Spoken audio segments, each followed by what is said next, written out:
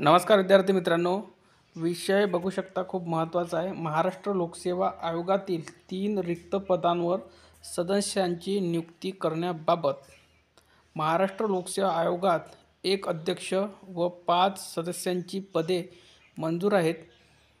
पैकी अध्यक्ष आणि 2 सदस्यांची नियुक्ती झालेली असली तरी सध्या 3 सदस्यांच्या नियुक्त्या प्रलंबित आहेत।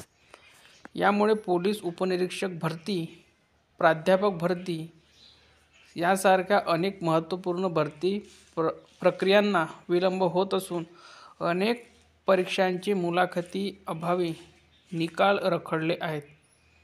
तसेच आयोगाच्या दैनंदिन कामकाजावरही प्रतिकूल परिणाम होत असल्याबाबत अनेक विद्यार्थी संघटना शासनास सातत्याने निवेदने देत आहेत।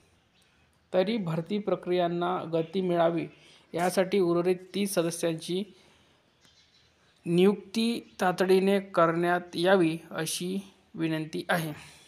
बघू शकता प्रति कुठे पाठवलेले आहे, माननीय श्री देवेंद्रजी फडणवीस साहेब मुख्यमंत्री महाराष्ट्र राज्य, आणि बघू शकता उपमुख्यमंत्री साहेब अजित पवार साहेबांचे इथे साईनसुद्धा आहे।